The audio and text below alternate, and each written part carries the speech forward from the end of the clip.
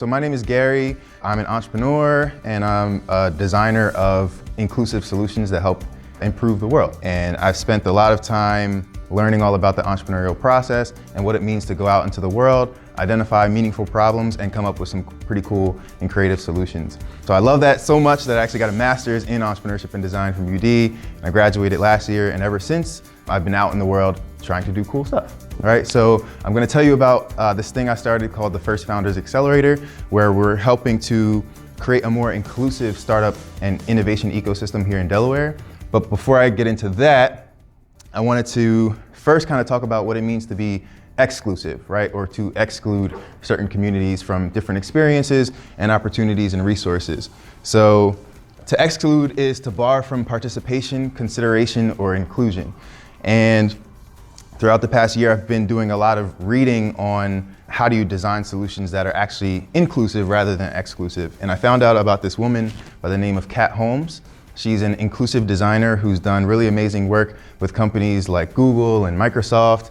And she has this book called Mismatch, where she talks about how when we actually design solutions and put them out into the world, we can actually either intentionally or unintentionally exclude certain communities from participating in our experiences, right? So imagine putting an app out into the world and not realizing that the way you designed it, actually bars certain people from benefiting from what you have to offer. So she has this quote in the book. She has a lot of quotes that are really awesome, and I'm going to use a lot of them in this presentation. But one of my favorite ones is, exclusion isn't based on a fixed cycle, it's a cycle of our own making. So think about that for a little bit, right? And what that really means to me is that it's up to us, right? It's up to us as entrepreneurs, as creators, as problem solvers. If we want to create a more inclusive world, right, we have to take a step back and look at the things that we're creating and really think about, who am I excluding from the things that I want to accomplish. So there are a few examples of ways that we currently exclude people in society that I wanted to talk about. Has anybody ever felt like an outcast? Yeah, a little bit. Yeah. Ever been in high school and? Yep. Exactly. Everybody in high school, or a lot of people in high school, can feel excluded, right? There's a lot of social pressure. You're having these new experiences for the first time, and there's things like bullies and there's like cliques and all these different ways that you're excluded from different communities and different experiences, right? And unfortunately, for a lot of young people, even though we live in this, society that's even more connected than ever before, people feel the most disconnected than ever, right? So unfortunately, what this leads to is high schoolers and middle schoolers and even elementary kids, having anxiety and depression, right? Things that, at a young age, like young people experiencing these traumatic incidents is not a good thing, right? People are literally in life and death situations. And then we have experiences within the beauty space, right? So has anybody ever gone to like Walgreens or Walmart, any pharmacy, any grocery store, and gone to get like shampoo or hair conditioner? Yes? Yes. Have you ever gone into that aisle and seen a sign like this? Realized that, oh wait, since my hair texture isn't, maybe straight or blonde, I am subjected to this different experience where I have to go to a separate part of the store to find the products that I need to take care of my hair, right? You would think that hair care just means go into that aisle and there are the products. But what we find is that when we go into these stores, there's actually a segregated hair care experience, right? So we're excluding certain communities from having a high quality experience, the experience of just being a regular person, right? And we say, no, you're different, go to that part of the store. And often the ethnic aisle is like in the deep, dark corner of the store, and the products are at the end of the aisle on the bottom shelf, with it's like dusty products and stuff like that. So it's not fun, right?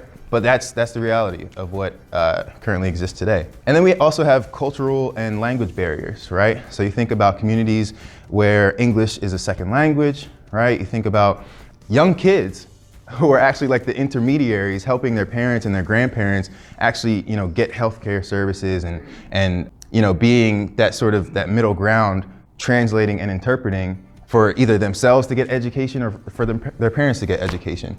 And what that says is that we don't have the same quality educational experiences. We don't provide the same access to high quality healthcare resources, right? When you go into a hospital, you can just go to the front desk and ask for what you need, right? And somebody can send you where to go.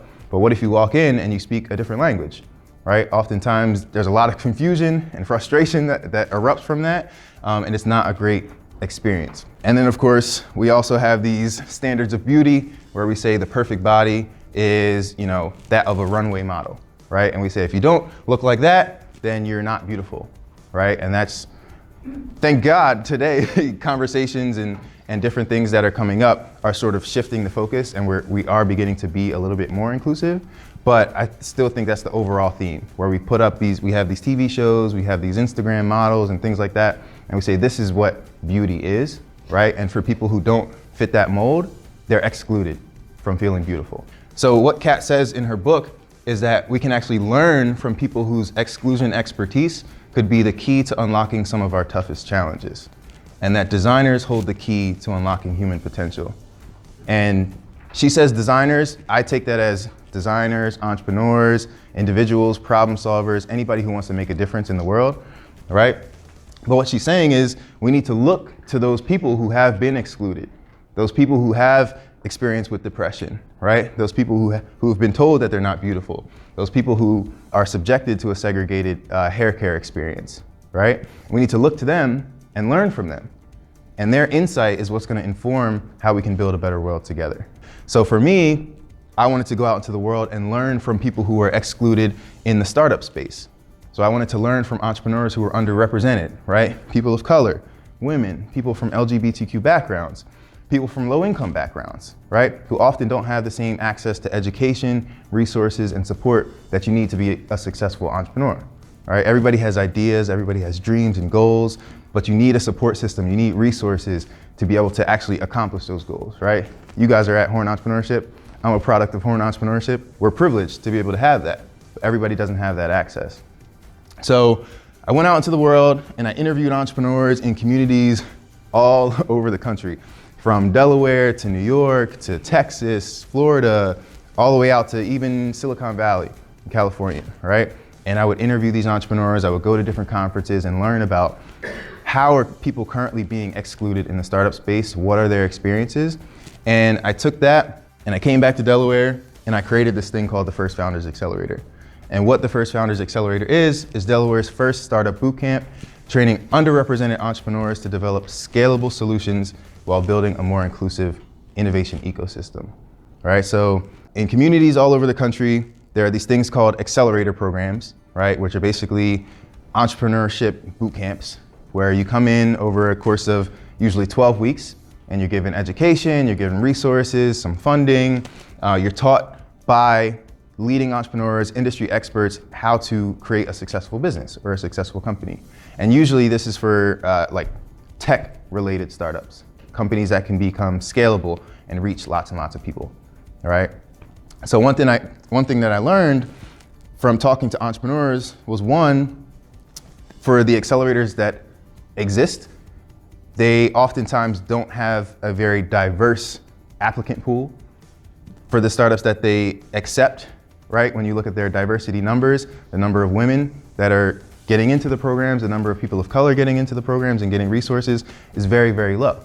And in the startup space in general, when you look at the companies that are getting investment to be able to grow and be successful, it's sort of mirrored in the same space, right? So women and people of color receive less than 20% of all venture capital, right? Venture capital is a tool to help you scale up your business and grow very fast. And when you break it down, when you go to, okay, people of color, it's less than 10%. When you go to women of color, it's less than 2%, right? So that is not an inclusive environment. And what I also found was that for our local entrepreneurs in Delaware was that they wanted an accelerator type of program, right? They didn't know it was called an accelerator, but they said, hey, look, I'm a woman, I'm a person of color, and I have this idea that I've been working on, but I don't have the resources to grow it, right? I know the resources are out there, but I don't have access to them.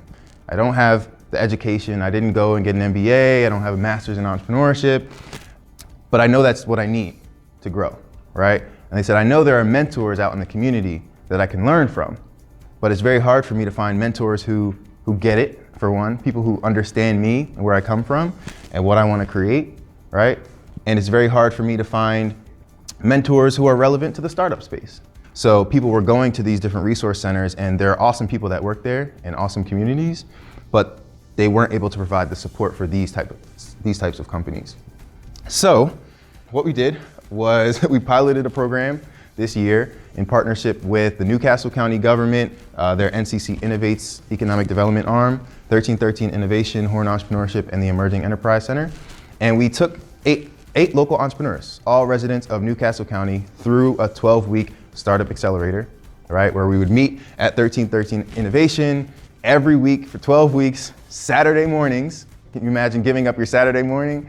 But everybody was super committed, and it's such a diverse cohort of people, all committed to learning and growing throughout those 12 weeks. So we gave them a little bit of funding to use to test their ideas, to go out and travel and learn and interview potential customers. We gave them co-working space at the Emerging Enterprise Center right on the riverfront, so they could go there during the week and post up and get their work done. And they got support from local entrepreneurs as well. And it was amazing. So some of those outcomes, some of our participants were people like Michael Shoemate. He's a founder of a video game called Outcast Guardian Angel, where him being a high school student, he said, I have experience with this, right? I have experience with depression. I have experience being an outcast. And something that would help me and something that would help my friends is a video game that actually resonates with young people and can actually be used as a tool to help them manage their mental health. So Kat says, often people who carry the greatest burden of exclusion have the greatest insight how to shift design towards inclusion. Kemba Hall, she founded a company called Hairsense. It's an app for women with coarse and curly hair to find the best products and services to manage their hair, right? She has this experience where she's been excluded from having a high quality experience in taking care of her hair. So she said, this is a way that we can build up a community to support people who have the same experience as I do. Miss Connie Miles, she founded Tammy Car Designs, and she has a whole fashion line, but one of the awesome things that she created is this dress, right? It's not a one-size-fits-all dress, but it's a dress that actually, I think all of these dresses are the same exact size, right? And she designed it in a way that any woman can feel like she has the perfect body. And then we have Miss Ireda Grable, right? She's the operations director at Language Liaisons. They are a group of consultants based in Delaware who offers language translation and interpretation services in over 40 languages to communities right here in Delaware, Pennsylvania, and New Jersey to help them get access, right, and be included in the healthcare system, in the educational system, and get the resources and support that they need. And what Kat says is that when we create new ways for people to contribute their talents, their contributions influence everyone, right? So when we learn from these people, we say, oh wow, I didn't know the experience was like that. I didn't know you had that experience, right? Now you've opened my eyes that all these different problems and all these different opportunities exist. And it's really amazing because even though that was a cohort of diverse entrepreneurs working on different things, they were able to help each other, right? And bring their unique experiences to the table and support each other through those 12 weeks. And they're still growing today. Mike Shoemate, he just won a pitch competition at UD 2 weeks ago. He's a freshman and he's killing it, right? And that's our goal, is to help local entrepreneurs be able to be successful. So we're trying something new in 2020, and we are looking at people who have been financially excluded, right? So the 91 million Americans struggling with low to moderate income, the 120 million Americans who are credit challenged, subprime credit scores and things like that, and the 67 million who are unbanked or underbanked, so just totally excluded in financial services. And there are plenty of those communities right here in Delaware. So we're designing a program similar to our first cohort, but we want to take local entrepreneurs, people just like you, to come together, right? And it's not about what you were working on before, but coming together, bringing your experiences and your talents to the table and tackling these challenges together. So we're going to be launching that very soon. It's going to be a fintech-focused accelerator, and it's going to be awesome. So my ask to the community is for you all to bring your passionate creativity so that we can contribute to improving the quality of life for everyone in Delaware and Wilmington and across the US. With that, I just want to say thank you.